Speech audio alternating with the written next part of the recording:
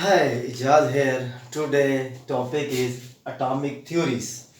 Chemistry का ये topic है। तो बात ऐसे है कि शुरू वाले जो साइंसदान थे या आम जो पब्लिक जो लोग थे वो ये सोचते थे कि जो हमारे इर्द गिर्द मैटर है, मसलन ये हवा है, ये पानी है, पहाड़ है, इवन के ज़मीन है, और उसके बाद उसके अंदर जो जितनी भी जो है ना वो प्लांट्स हैं, एनिमल्स हैं, और हमें चट्टानें नज़र आती हैं, उसके अलावा जो मैदान नज़र आते हैं।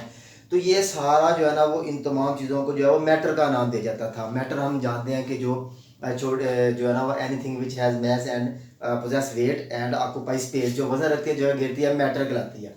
अब साइंसदान ये सोचते थे कि क्या ये जो मैटर है ये आगे मज़ीद किन चीज़ों से जो है वो मिलकर बना हुआ है। मसलन फ़र्ज़ किया ये एक मार्कर है, तो ये जो मार्कर जो है ये किस चीज़ से मिलकर बना हुआ है। इसी तरह जो है ना हम इर्द गिर्द अपनी चीज़ों की तरफ नज़र दौड़ाते हैं, जिसमें जो हवा आ जाती है, पानी आ जाता है, ठीक है। तीन मैटर जो स्टेट्स होती हैं उनकी शक्ल में जो मैटर मौजूद होता है, ठोस, माया और गैस, ठीक है। तो वो जो मैटर है वो आखिर किन चीज़ों से मिलकर बना हुआ है, मज़ीद किन चीज़ों से मिलकर बना हुआ है, ठीक है। तो फ़र्ज़ किया जो है ना वो साइंसदान जो ये सोचते थे कि फ़र्ज़ किया हमारे पास जो है ना वो कोई एक चीज़ है, ठीक है, उसको हम तोड़ते हैं। तोड़ते तोड़ते तोड़ते जब हम इसको जो है ना विच कीप्स ऑन कहते हैं ना उसको ब्रेकिंग ए पार्ट, एक चीज़ को हम जो है वो तोड़ते रहते हैं, तोड़ते रहते हैं, तोड़ते रहते हैं, तो आखिरकार हम उस पार्टिकल पर पहुंच जाएंगे जो कि मज़ीद आगे जो है वो तोड़ा नहीं जा सकेगा, मज़ीद इनडिविजिबल हो जाएगा। तो साइंसदानों ने उसको नाम दिया, एटम का नाम दिया। तो अगर एटॉमिक थ्योरीज के एवोल्यूशन की बात की जाए तो वो शुरू होती है डेमोक्रेटस से 460 BC, यानी कि हजरत ईसा अलैहिस्सलाम की पैदाइश से 460 साल पहले डेमोक्रेटस एक साइंटिस्ट था। उसने जो है ना ये एटम के बारे में आइडिया दिया। उसने ये कहा कि एटम जो होते हैं वो स्मॉल होते हैं, बहुत छोटे छोटे होते हैं, इनडिविजिबल होते हैं, जिसको हम तकसीम नहीं कर सकते। मीन्स कि हम एक चीज़ जो है वो लेते हैं, उसको जो है वो छोटा करते हैं, करते करते करते एक पार्टिकल तक पहुंचेंगे जिसको हम मजीद आगे जो है वो तकसीम नहीं कर सकेंगे, इसको डिवाइड नहीं कर सकेंगे। और उसने उसको क्या नाम दिया, इनडिविजिबल पार्टिकल का नाम दिया। यही वो डेमोक्रेटिक साइंटिस्ट थे जिन्होंने लैटिन जबान का जो लफ्ज है एटोमोस, जिसका मतलब होता है इनडिविजिबल, तो उसी से जो आज जो वर्ड है एटम का, वो वर्ड इसी से जो है वो एटम का लफ्ज निकला है, एटोमोस, जिसका मतलब है इनडिविजिबल। वो क्या हम जानते हैं कि एटम जो है वो डिवाइड किया जा सकता है, एटम डिविजिबल है, उसके अंदर मजीद जो है ना वो फंडामेंटल पार्टिकल डिस्कवर हुए हैं बाद में। लेकिन आप देखें कि एटम की जो बेसिक उसकी टर्मिनोलॉजी है एटम की, वो अभी तक वही जो है वो चल रही है, ठीक है। तो इस डेमोक्रेटिस के पैरेलल में एक और जो है ना वो साइंटिस्ट दूसरे भी थे जिनके अंदर जो है ना वो एक नाम आता है प्लेटो का और दूसरा नाम आता है अरस्तु का, एरिस्टोटल। ये भी इनके जो है ना पैरेलल इनकी जो है ना वो नजरियात जो है वो चल रहे थे। वो कहते थे कि नहीं, जो एटम जो है ना वो क्या है, इनडेफिनिटली डिविजिबल है, हम जो है ना वो एटम को डिवाइड कर सकते हैं।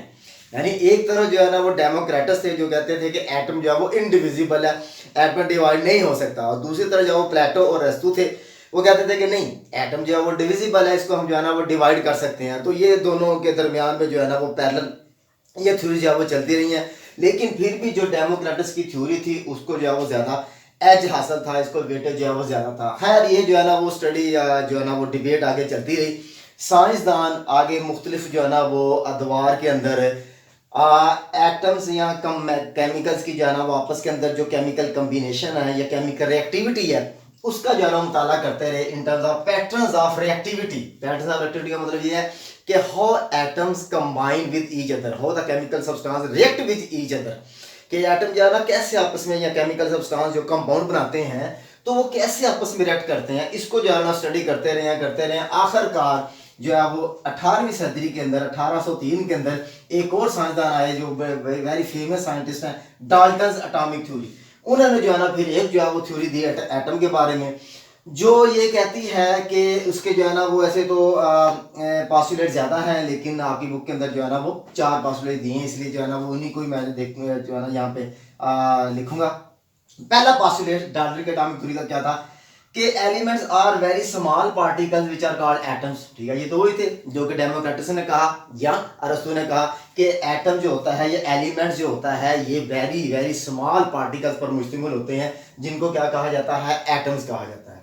दूसरा जो उनका पोस्टुलेट ये था कि एलिमेंट जो होते हैं, एक एलिमेंट के जितने भी एटम्स होते हैं they are very similar to each other, but elements of the other elements are different from previous elements. Example से जो है समझाता हूँ। फर्ज किया ये हमारे पास क्या है, एक आयरन का पीस है, ये आयरन की एक शीट है, आयरन का एक टुकड़ा है। ये हमारे पास गोल्ड का एक पीस है, गोल्ड का जो है ना टुकड़ा है। आयरन के जो एटम्स हैं, ये डॉट से जो है ना वो आयरन के एटम जो है ना यहाँ मैंने दिखाए हैं। ये जो गोल्ड का पीस है, गोल्ड के पीस के अंदर गोल्ड के एटम्स हैं।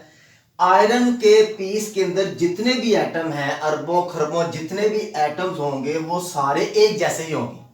ये सारे एटम, आयरन के एटम सारे एक जैसे ही होंगे, सिमिलर विद ईच अदर। इसी तरह ये जो गोल्ड का पीस है, गोल्ड के पीस के अंदर जितने भी एटम्स होंगे वो सारे एक जैसे होंगे, बट गोल्ड के एटम और आयरन के एटम एक दूसरे से क्या होंगे, डिफरेंट होंगे। यानी एक एलिमेंट के जितने भी एटम्स हैं वो सेम है, लेकिन एक एलिमेंट के एटम दूसरे एलिमेंट के एटम से क्या होंगे, डिफरेंट होंगे। ये क्या बनाता है इसका जो है ना वो डाल्टन्स की एटॉमिक थ्योरी का सेकंड पोस्टुलेट। थर्ड पोस्टुलेट जो क्या है, वो कहता है कि किसी केमिकल रिएक्शन के दौरान ना ही एटम जो है ना वो चेंज होते हैं, ना ही एटम जो है ना वो उनकी जो होती है वो क्या कहते हैं, वो डिवाइड होते हैं, उनका होल नंबर रेशियो रहता है किसी भी केमिकल रिएक्शन के अंदर। या हम सिंपली कह सकते हैं atoms can never neither be created not destroyed during a chemical reaction. ठीक है, यहाँ आप देख सकते हैं कि एक जो है वो मैं केमिकल रिएक्शन जो है ना वो यहाँ पे दिखाया है। ये क्या है, ऑक्सीजन का एटम है, ये दो हाइड्रोजन के एटम है। एक ऑक्सीजन का एटम मिलके एक ऑक्सीजन का एटम दो हाइड्रोजन के एटम से मिलके पानी का, वाटर का एक मॉलिक्यूल बना रहा है।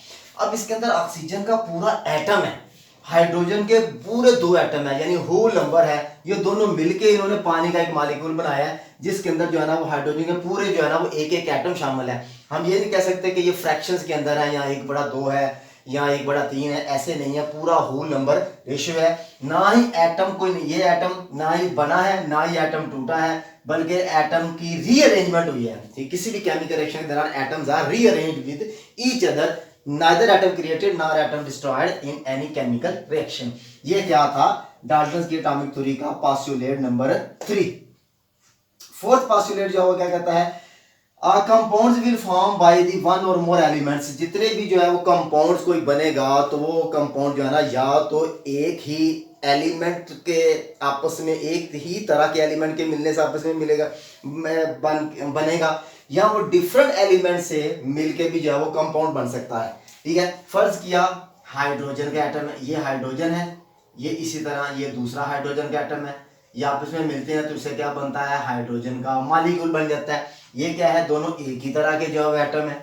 ऊपर मैंने जैसे मिसाल दी, एक और मिसाल ले लेते हैं कि कार्बन का जो है एटम है, उसके बाद ऑक्सीजन का एटम है, ये मिलके क्या बना देते हैं, कार्बन डाइऑक्साइड बना देते हैं।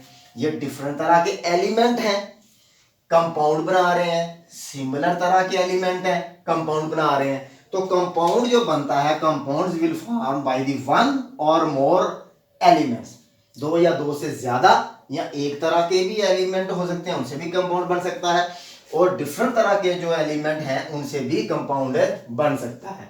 तो इस तरह करके जो है ना वो ये जो डाल्टन की एटॉमिक थ्योरी थी गो के, ये बाद में जो है हम देखते हैं कि ये प्रूव नहीं हुई, क्योंकि गो के डाल्टन जो था ये किसके ऊपर बिलीव करता था, इनडिविजिबल पार्टिकल ऑफ एटम। इसकी भी जो थ्योरी की जो बेस थी वो एटम की इनडिविजिबल पर थी, लेकिन आज हम देखते हैं कि एटम जो है वो डिविजिबल है।